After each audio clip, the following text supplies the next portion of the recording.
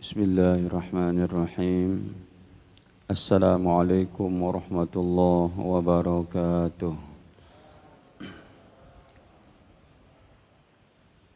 Innal hamdalillah nahmaduhu wa nasta'inuhu wa nastaghfiruh wa na'udzu billahi min shururi anfusina wa sayyiati a'malina. May yahdihillahu fala mudilla lahu ومن يضلل فلا هادي له أشهد أن لا إله إلا الله وحده لا شريك له وأشهد أن سيدنا ونبينا محمدا عبده ورسوله لا نبي بعده اللهم صل وسلم على نبينا محمد وعلى آله وصحبه ومن تبعهم بإحسان إلى يوم القيامة أما بعد. فيا معشر المسلمين والمسلمات أوصيكم ونفسي بتقوى الله فقد فاز المتقون. قال الله تعالى يا أيها الذين آمنوا اتقوا الله حق تقاته ولا تموتن إلا وأنتم مسلمون. Alhamdulillah, para hadirin kaum muslimin wal hadirat, kaum muslimat, para jamaah yang dirahmati Allah Ta'ala. Sebelumnya marilah senantiasa kita memanjatkan puji syukur kehadirat Allah Ta'ala atas segala limpahan nikmatnya pada kita semua, terutama sekali nikmat iman, Islam, sehat, afiat, nikmat masih diberikannya kita ketetapan hati untuk beribadah, terutama sekali pada awal tahun Syamsiyah ini yang kita baru masuk tanggal 3 Januari 2022. Semoga Allah Ta'ala tetap memilih kita. Allah Ta'ala memberikan takdir-takdir terbaik untuk kita. Senantiasa kita dalam ketaatan kepada Allah Ta'ala. Amin ya rabbal alamin. Para jemaah, jilid 1 Riyadhus Shalihinnya, kita masuk pada bab ke-20. Babun fid dilalah ala khair. Bab tentang menunjukkan akan kebaikan, wa du'a ila huda, serta mengajak kebaikan, mengajak perbuatan taat, au dhalalah, ataupun mengajak kepada kesesatan. Ajakan-ajakan ini memang merupakan cara untuk mengembangbiakkan sesuatu. Perkara baik berkembang biak dengan ajakan. Bayangkan kalau para nabi diem aja di rumah. Kalau para nabi tidak berdakwah, tidak mengajak. Para ulama tidak berdakwah, tidak mengajak. Enggak berkembang itu agama. Kejahatan pun gitu. Iblis dan konco-konconya itu kalau diem aja enggak berkembang juga tuh kejahatan, kemaksiatan. Jadi dua-duanya ini saling tarik-menarik. Tapi yang anehnya, mengajak kesesatan itu sudah dijamin nerakanya. Tapi iblis istiqomah. Betul? Mengajak kesesatannya iblis itu udah dijamin itu. Ya. Udah divonis oleh Allah, iblis menjadi orang yang menjadi makhluk yang sesat. Waktunya ditangguh sampai datangnya kiamat. Ya, dan iblis meminta ditangguhkan memang. Dan dia akan mendatangi dari depan, belakang, samping kanan, samping kiri. Supaya makin banyak orang ikut kepada iblis. Padahal udah dijamin masuk neraka, tapi istiqomah.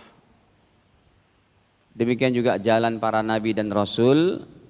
Ya, ini lebih utama kita untuk beristiqomah karena janjinya adalah ridha Allah Ta'ala dan surga Allah. Ayat pertama dibawakan oleh Al-Imam Nawawi rahimahullah, surat Al-Qasas pada ayat ke-87. Wad'u ila rabbik. Beliau mengambil cuma penggalannya saja. Ya. Wad'u ila rabbik, dan ajaklah ke jalan Tuhanmu. Ajak mengajak ini sifatnya tidak kaku, ajak mengajak ini tidak memerlukan standar S1. Ajak mengajak ini enggak mesti seorang jadi hafal hadis dulu 5.000 hadis, hafal Quran dulu, tidak. Ajak mengajak ini sangat simpel. Bapak Ibu sudah mengerti kewajiban sholat, sekalipun enggak hafal ayatnya, enggak hafal hadisnya, tapi sudah meyakini dan pernah belajar sholat itu wajib. Simple, sesederhana itu kita ajak orang lain sholat yuk. Ya, untuk mengajak yang sederhana seperti itu tidak memerlukan standar degree ilmu agama yang sekian-sekian. Kecuali kalau mengajar masalah hukum. Orang udah sholat nih, mau tahu cara hukumnya bagaimana. Kalau lagi sholat terasa perutnya nggak enak bagaimana. Kalau lagi sholat kemudian dia mengantuk bagaimana. Itu tanya para ulama. Tapi sekedar mengajak saja itu perkara yang sederhana. Yuk ikut yuk. Siapa aja bisa. Artinya dibuka ini pahala lebar-lebar untuk ajak mengajak ini. Kemudian Allah berfirman lagi dalam surat An-Nahl 125, ud'u ya.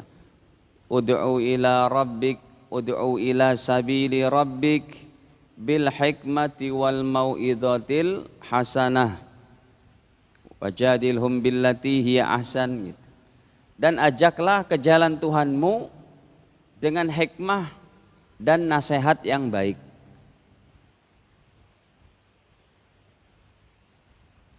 Hadirin, hikmah dan nasihat yang baik ini para ulama kalau mengajaknya dengan bil hikmah ya, dan dengan keinsafan, saling memaafkan, insya Allah tidak ada terjadi kegaduhan gitu ya. Tapi juga yang pejabatnya mengerti dirinya, berbicara pun hati-hati, jangan mengeluarkan statement-statement yang kontroversi. Yang ulamanya pun, ustadz mudanya pun semangatnya membara, ndak usah juga terlalu memprovokasi. Ayolah hidup berdampingan dengan cara yang baik. Ya. Padahal kalau seorang ulama atau seorang habib yang sudah bisa mengumpulkan jamaah segitu banyak, itu kesempatan baik banget itu untuk berceramah masalah hati, masalah akhlak yang baik. Ya. Untuk perkataan pejabat yang itu pun pejabatnya harus insaf, harus sadar, saling memaafkan. Sehingga tidak terjadi gesekan-gesekan. Ini dari ayat ini ya, ajaklah dengan hikmah dan nasihat yang baik, dengan mau'idhah hasanah.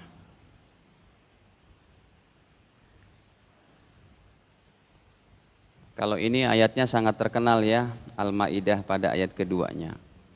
Wa ta'awanu 'alal birri wat taqwa, dan saling tolong menolonglah kalian dalam kebaikan dan ketakwaan. Itulah isinya agama tuh, selalu kebaikan. Ya. Bahkan di tahun baru Syamsiyah ini ayat yang paling pas itu pada Al-Baqarah 148 itu. Ya, walikulli wijhatun huwa muwalliha fastabiqul khairat. Berlomba-lomba dalam kebaikan gitu. Nah, ini kalau ayat ini diterapkan sebagai muhasabah awal tahun, bagus sekali ini. Fastabiqul khairat. Yang ada itu dalam semangat kita berlomba-lomba kebaikan. Berlomba-lomba dalam kebaikan, hadirin. Bukan cuma untuk diri kita.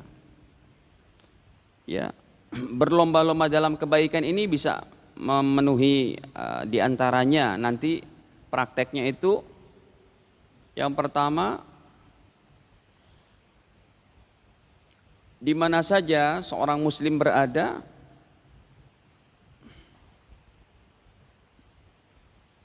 maka dia berusaha menjadi kebaikan bagi orang lain.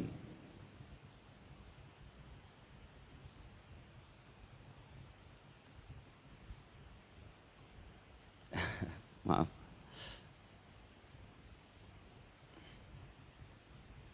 Ini laptopnya baru jadi agak kagok. Laptop lamanya sudah pensiun.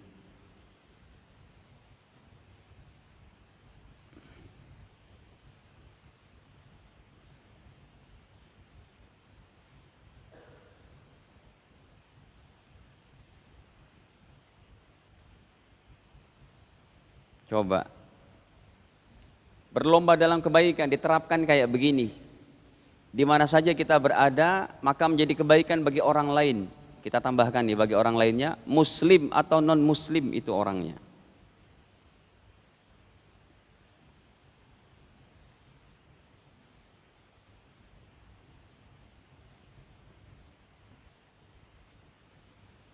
Di mana saja kita berada menjadi kebaikan bagi orang lain. Berlomba dalam kebaikan. Apa enggak hebat, Pak? Setiap manusia mempunyai mindsetnya begini, cara berpikirnya begini, apa enggak indah hidup? Apakah ada orang yang akan menyakiti satu orang dengan yang lainnya? Apakah ada orang berani menyinyir, ngebully gitu ya, kalau bahasa ininya? Ketika dia sudah tertanam keyakinan seperti ini, di mana saya berada, harus menjadi kebaikan bagi orang lain dan lingkungan.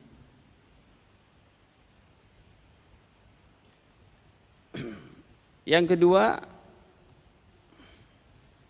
bila ia bertemu dengan yang lebih sepuh,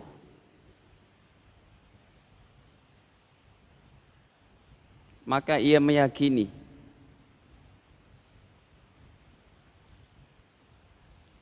amal orang ini lebih banyak.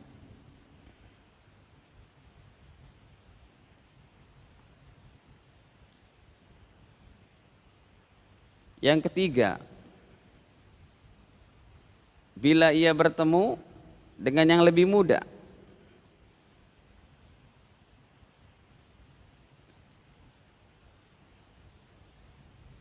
maka ia meyakini ini anak lebih muda, dosanya lebih sedikit.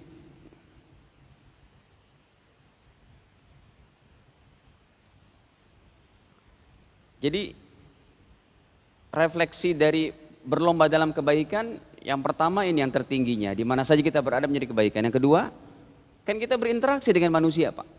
Oh, ini orang ini umurnya lebih banyak dari saya, tentu amal solehnya lebih banyak dari saya. Yang ketiga, oh ini anak lebih muda dari saya, tentu dosanya lebih sedikit. Yang keempat,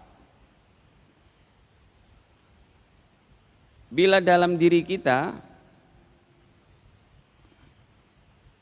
ada 99 kebaikan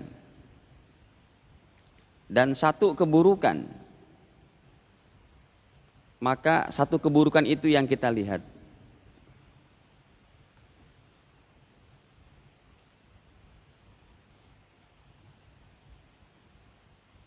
Dalam diri kita ada 99 kebaikan, 1 keburukan. Kita cuma melihat 1 keburukan kita itu, dilupakan kebaikan yang kita kerjakan. Tapi bila dalam diri orang lain, kebalikannya, 99 keburukannya dan 1 kebaikan, maka pandanglah 1 kebaikan itu.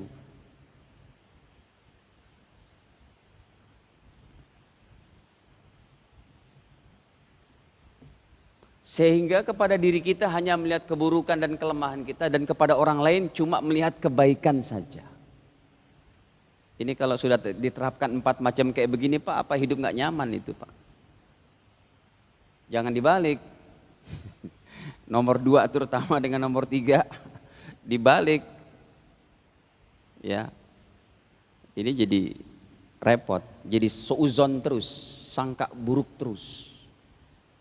Atau yang keempatnya ini dibalik, yang ada cuma merasa paling hebat saja, paling baik saja. Udah, hatinya tuh kosong berarti.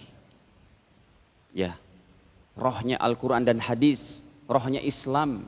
Nggak ada tuh dalam dirinya kalau orang nggak tercipta sifat yang 4 ini. Baik. Udah mati ya. Saya kadang kalau kedinginan agak error. Maaf ya.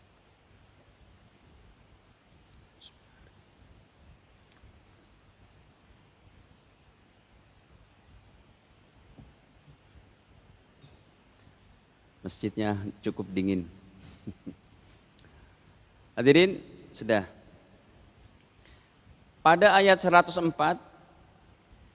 surat Ali Imran, Imam Nawawi membawakan, ini terkenal juga ayatnya ya.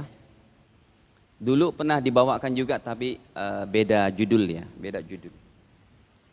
Wal takum minkum ummatun yad'una ilal khair, dan hendaklah ada segolongan umat dari kalian yang mengajak kepada kebaikan.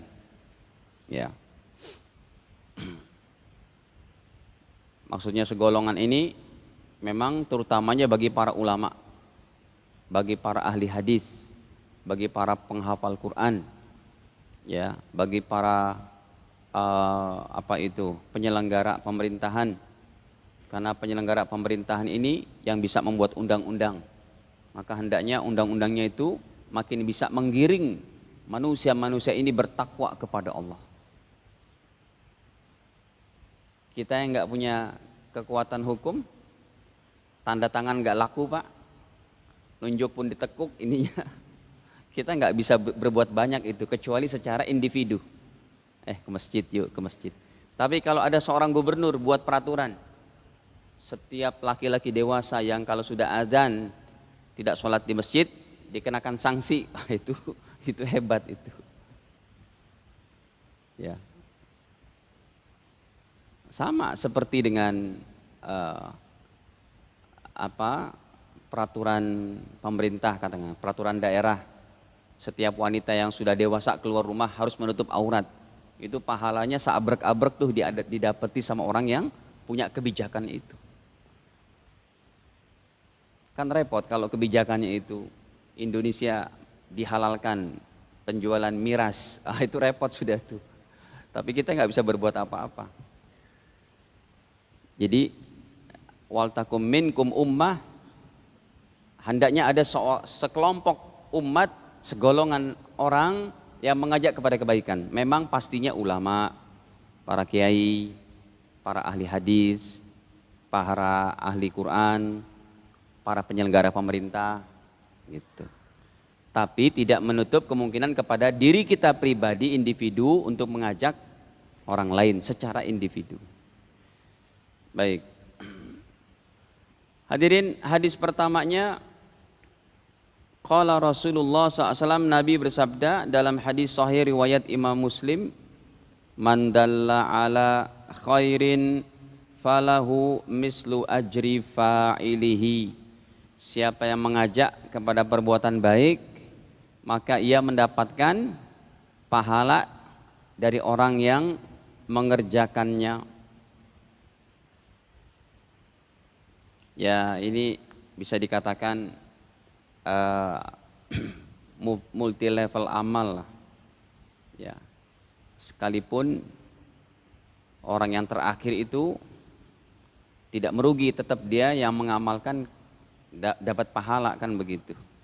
Berbeda sama MLM multi level marketing yang downline terakhir kan nggak dapat apa-apa itu Pak. Ya, satu kampung udah ikut semua nih dalam bisnis MLM.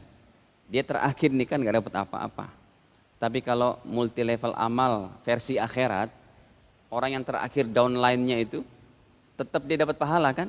Dia sholat, dia puasa. Hadirin, mandala ala khairin, siapa yang mengajak kebaikan, dia mendapatkan pahala. Berarti ini sudah menjadi rumusan bahwa Islam itu sangat menganjurkan berkembang biaknya kebaikan dengan cara ajak mengajak. Dan nggak ada level syaratnya itu harus S1 dulu, fakultas dakwah, fakultas hadis, tidak.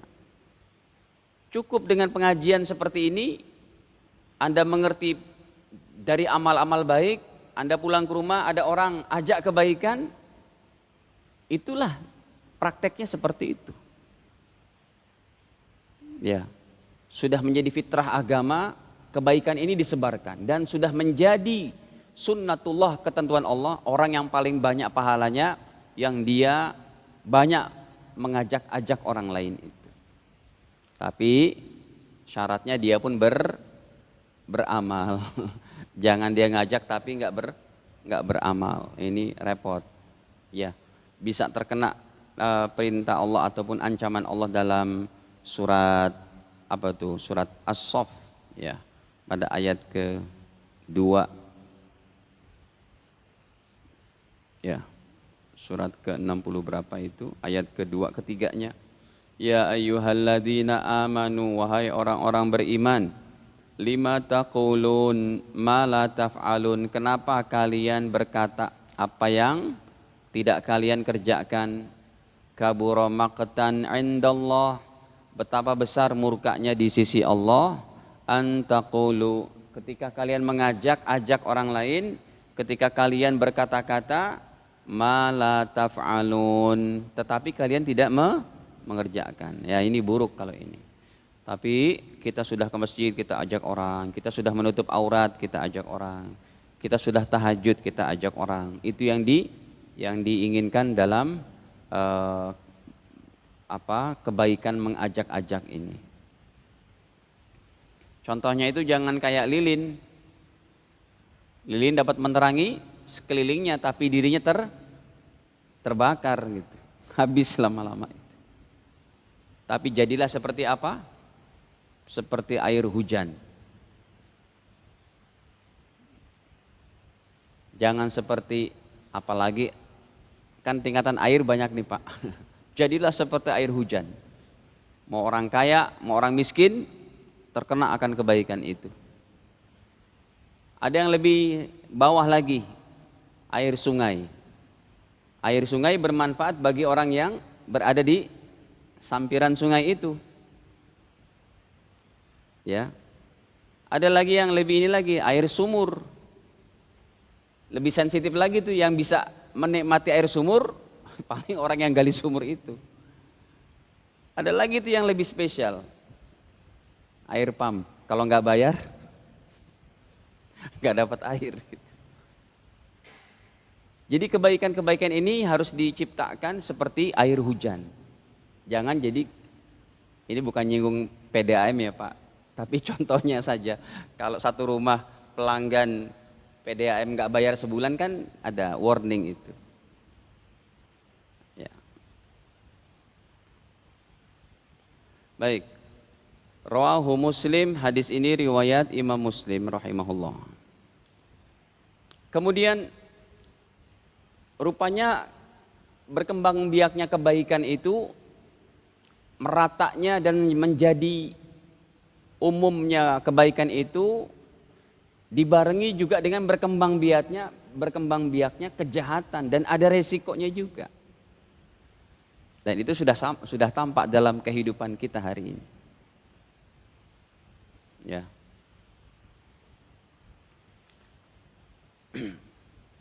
Yang repot itu kalau public figure ya, menyatakan satu perkara yang sesat, seperti public figure seorang ulama terkenal berkata, nggak apa-apa orang yang murtad masih bisa masuk surga. Nah, ini berbahaya.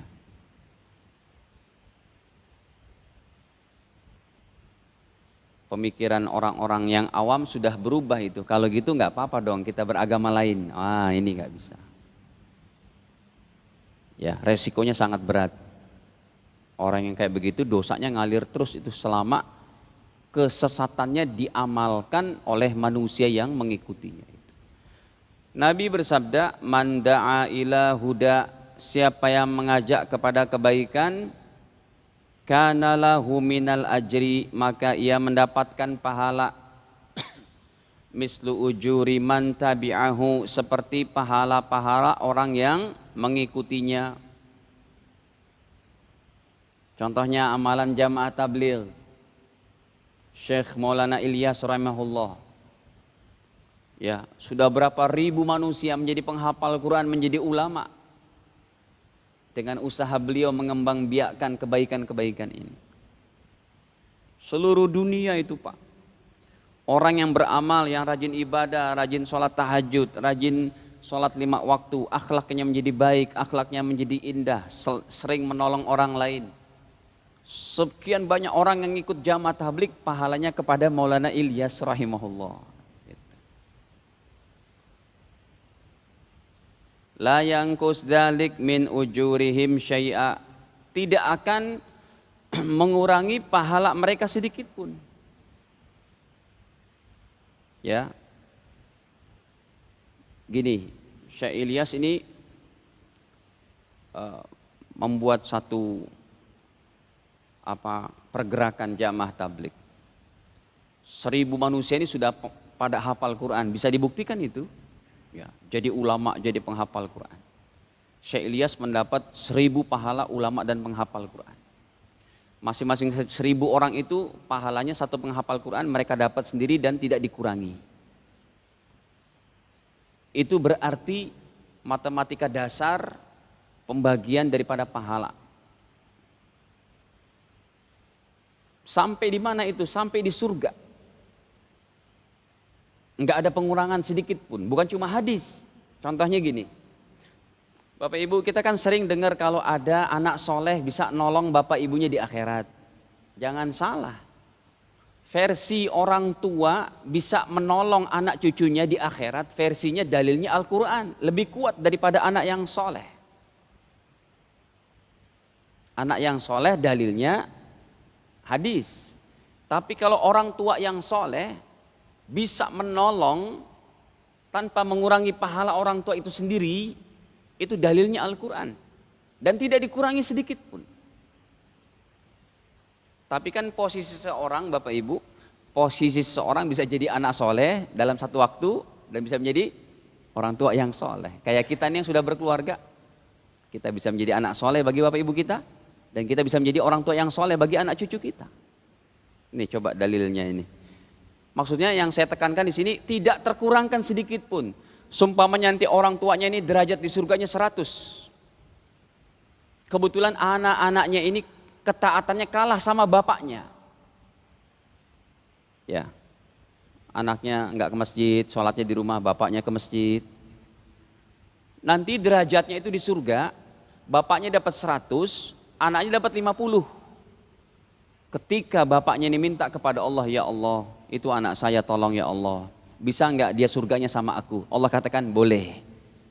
Bukan berarti surga bapaknya berkurang jadi 80, tidak, tetap 100 dan anak cucunya digolongkan 100 juga. Ini barokah orang tua yang soleh. Bukan cuma anak yang soleh. Dalilnya ini Pak, coba kita lihat surat At-Tur, surat ke-51 pada ayat ke-21.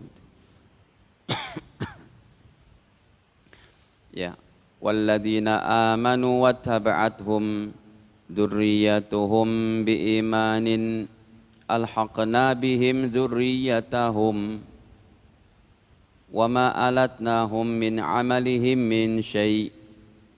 Ini dalil untuk orang tua yang soleh. Walladzina amanu, dan orang-orang beriman, wattaba'athum dzurriyyatuhum, yang mereka diikuti oleh anak cucu mereka. Syaratnya satu, biimanin, semuanya beriman. Kalau anak cucunya tidak beriman, kalau anak cucunya tidak menganut Islam, kalau anak cucunya tidak bertauhid la ilaha illallah Muhammadur Rasulullah, habis harapannya, enggak bisa ditolong. Apa janji Allah? Orang beriman yang diikuti oleh anak cucunya, syaratnya beriman, alhaqna bihim dzurriyyatahum, kami gabungkan orang tuanya itu dengan anak cucunya dalam surganya. Wama alatsnahum min amalihim min syai', dan kami tidak mengurangi sedikit pun, kata Allah, dari pahala orang tuanya tadi. Makanya tadi saya contohkan, kalau orang tuanya dapat pahalanya 100 di surga derajatnya, anak cucunya ikut kedongkrak 100. Kenapa statement dan peraturan begini dibuat oleh Allah dan Rasulnya? Karena Allah dan Rasulnya sangat cinta kepada orang beriman. Makanya Allah tidak akan mengazab secara kekal orang-orang beriman yang masuk neraka. Enggak. Ada hadis namanya hadis bitokoh itu. Hadis kartu sakti, Pak. Ya, ketika ditampilkan kartu sakti, selamat dia dari api neraka. Apa kartu saktinya itu? Kartu ampuhnya La ilaha illallah Muhammadur Rasulullah. Itu terkenal dengan hadis bitokoh. Bitokoh itu artinya kartu gitu. Ya, kartu sakti, kartu apalah gitu ya, kartu BPJS gitu. Kalau ini betul-betul sakti kartunya, bisa menyelamatkan seorang dari api neraka itu. Baik. Atau kalau mau ditampilkan nih hadis kartu saktinya itu. Memang selama saya ngajar di sini, saya ingat belum pernah ditampilkan itu. Hadis kartu sakti itu, hadis bitokoh. Ya, ada dalam riwayat Imam Tirmidzi, Abu Daud, Imam Ahmad maksud saya. Nih, contohnya dalam Tirmidzi 2850, ini kita sebut hadis bitokoh. Ya, setelah dihisap kayak begitu, akhirnya fatakhruj bitokoh, maka keluarlah kartu sakti. Dalam hati seorang itu ada kartu saktinya itu. Apa kartu saktinya itu? Asyhadu alla, tertuliskan asyhadu alla ilaha illallah wa asyhadu anna Muhammadan abduhu wa rasuluh. Ya. Maka dengan kartu sakti ini dosanya ditimbang. Kartu sakti ini dalam timbangan yang lain, maka lebih berat kartu sakti ini, hadirin. Kita sebut sebagai hadis bitokoh. Ini tulisan bitokohnya itu yang warna merah itu. Kartu ampuh. Makanya ayat ini juga orang tua yang soleh bisa menolong anak cucunya, syaratnya ada apa? Ada bitokohnya tadi. Kartu ampuhnya dalam hati anak cucunya. Kalau murtad, kalau nggak beriman, habis harapannya. Baik. Kemudian wa man da'a ila dhalalah, siapa yang mengajak kepada perbuatan dosa, siapa yang mengajak kepada kesesatan, kana alaihi minal ismi, dia dapat dosa tuh, sama juga berarti. Bapak A bangun masjid, ya, setiap hari 100 orang sholat di situ, pahalanya untuk bapak itu yang sudah meninggal. Bapak B bangun rumah judi, rumah prostitusi, rumah mabuk-mabukan, percampuran laki perempuan, diskotik dan sebagainya. Yang bangun udah mati, dosanya ngalir terus itu. Memang hidup ini pilihan kita, Pak, mau ikut yang mana nih? Berkembang biaknya kebaikan atau yang jahatnya? Mislu asami man tabi'ahu, seperti dosa orang yang mengikutinya. La yankus dalik min athamihim syai'a, yang tidak mengurangi sedikit pun dari dosa-dosa mereka. Ya, 100 orang main judi, dosanya untuk si B yang bangun rumah judi itu. Dan tidak mengurangi dosa daripada 100 orang itu, masing-masing dapat satu dosa, satu dosa, satu dosa. Nah, para jamaah yang dirahmati Allah, makanya ketika anak Adam si Qabil membunuh adiknya si Habil, sampai detik ini dosa pembunuh itu masuk ke dalam catatan amal si Qabil. Begitu beratnya itu si Qabil nanti bebannya di akhirat. Kata Nabi, li'annahu awwala man sannal qatl, karena ia adalah orang yang pertama kali mencontohkan perbuatan membunuh.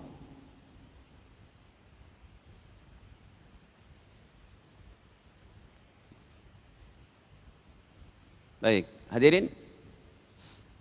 Kemudian dalam peperangan Khaybar, hadis selanjutnya Nabi bersabda, la'utiyanna rayah ghadan, aku akan memberikan ini, benar-benar sungguh-sungguh aku akan memberikan bendera ini. Ini bendera yang dipakai untuk peperangan itu penyatu daripada umat Islam, daripada para pejuang Islam.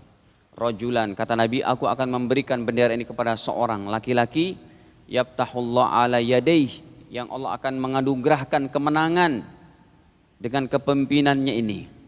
Yuhibbullaha wa rasulah, laki-laki ini cinta kepada Allah dan Rasulnya. Wa yuhibbuhullahu wa rasuluh, Allah pun dan Rasulnya cinta kepada laki-laki ini. Hadirin tahu enggak?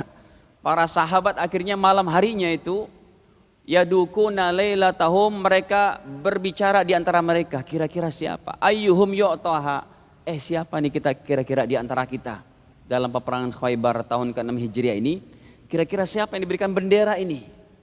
Sebagai janji Nabi bahwa orang yang diberikan bendera besok Allah berikan kemenangan di atas tangannya, di atas kepemimpinannya ini. Ya.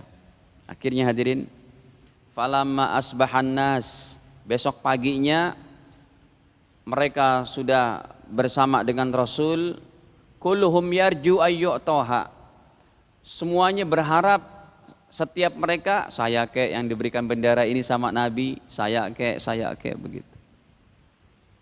Tapi sudah berkumpul semuanya, faqal, Nabi bersabda, aina Ali bin Abi Thalib. Oh, rupanya yang dicari siapa? Sayyidina Ali. Tapi tetap ini bukan dalil Sayyidina Ali menjadi khalifah setelah Rasul meninggal, bukan. Ini cuma untuk pasukan perang Khaybar. Inilah diantaranya orang Syiah tidak menerima kekhalifahan Sayyidina Abu Bakar, diantaranya dengan hadis ini. Lihat, yang diberikan bendera aja ada Ali gitu. Padahal ini hanya untuk sekedar menjadi tentara. Lagian Sayyidina Ali sendiri ketika Rasul sudah meninggal, beliau tidak berambisi untuk menjadi apa? Khalifah pertama setelah Rasul gitu. Tidak. Sayyidina Ali setuju aja, bahkan sampai Sayyidina Umar, Sayyidina Utsman itu, sampai 3 generasi selanjutnya. Tidak ada beliau pergerakan untuk membunuh, menjadi ini, tidak ada. Kecuali pihak ketiga, lagi-lagi hadirin, para sahabat pun rusaknya ini sama pihak ketiga, para munafik dan musuh-musuh Islam. Indonesia pun begitu, Pak. Ya, kalau orang-orang solehnya sudah tidak ada lagi ini, Pak, pihak ketiga mudah sekali untuk memainkan, supaya anak bangsa ini beradu terus, diadu domba terus, supaya anak bangsa ini enggak tentram, saling menghujat, saling ini itu, kasihan. Nah hadirin, maka dikabarkan kepada Nabi, ya Rasulullah, wahai Rasul, huwa yashtaki ainai. Ya Rasul, Ali bin Abi Thalib matanya lagi sakit mata. Matanya merah, belekan, enggak baik lah untuk menjadi pemimpin. Susah pegang benderanya juga tuh. Ya, mana dalam peperangan, hadirin bagaimana orang sakit mata, megang panahnya, melihatnya pun agak kedap-kedip, enggak ini ya, enggak jelas. Qal, Nabi bersabda, fa'arsilu ilaih, utus ke sini, datengin ke sini, enggak apa-apa. Ya, panggil. Fa'utiya bihi, didatangkanlah Ali sana, dipanggil Rasul tuh. Kayaknya kamu yang akan menerima bendera. Dalam hati Ali, saya sedang sakit mata. Ketika Sayyidina Ali sudah datang, fabasaqa Rasulullah SAW fi ainaih. Rasul ludahi itu mukanya, matanya. Ali, kamu kenapa? Sakit mata ya Rasul, sini. Sembuh hadirin, Masya Allah. Itu salah satu ya mukjizat yang Allah berikan kepada Nabi. Sakit matanya bukan diusap, Pak, disembur gitu, sembuh. Wada'alahu, dan didoakan, fabari'a, sembuh seketika. Hatta ka'allam yakun bihi waja'un, seakan-akan Ali tidak merasakan pernah sakit mata, langsung sehat gitu matanya. Fa'atahu royah, kemudian baginda memberikan benderanya ini, pegang ini, kamu sebagai pemimpinnya, pimpin pasukan dengan baik. Faqala Ali, maka Ali berkata, ya Rasulullah, uqatiluhum hatta yakunu mislana, apakah saya memerangi mereka sehingga mereka menjadi seperti kita? Faqal, Nabi bersabda, unfuz ala rislik, wahai Ali, pelan-pelan saja. Hatta tanzil bisahatihim, sehingga kamu sampai di halaman kampung mereka, ya. Summa du'uhum ilal Islam, kamu jangan gegabah, ya, datangi mereka dengan baik-baik sampai kamu berada di yaitu halaman kampung mereka. Summa du'uhum ilal Islam, kemudian ajaklah mereka kepada Islam. Wa akhbirhum bima yajib alaihim, dan kasih tahu sama mereka akan perkara-perkara yang wajib ke atas mereka kalau sudah bersyahadat, ya, min haqqillahi ta'ala fi, daripada hak Allah yang harus dikerjakan.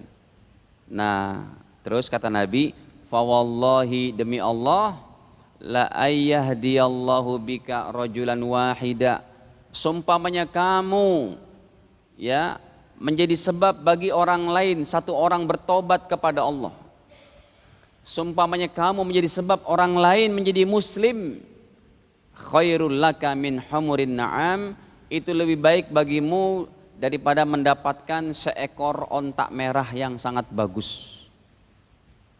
Nah, yang jadi dalil nih dari kisah ini yang terakhirnya, siapa yang bisa menjadikan orang lain taat, siapa yang bisa menjadikan orang lain diajak menjadi ahli ibadah, maka itu lebih baik daripada mendapatkan seekor onta merah.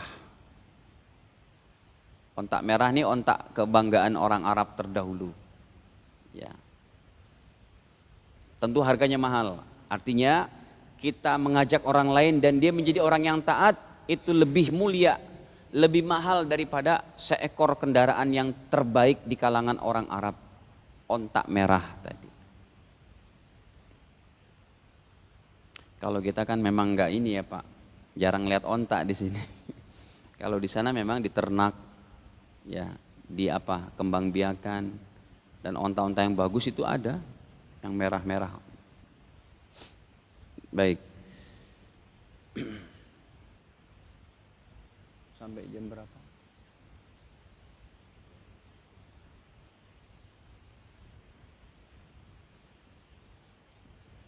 Dua menit lagi. Ada yang tanyakan sampai sini Pak? Ya. Waalaikumsalam.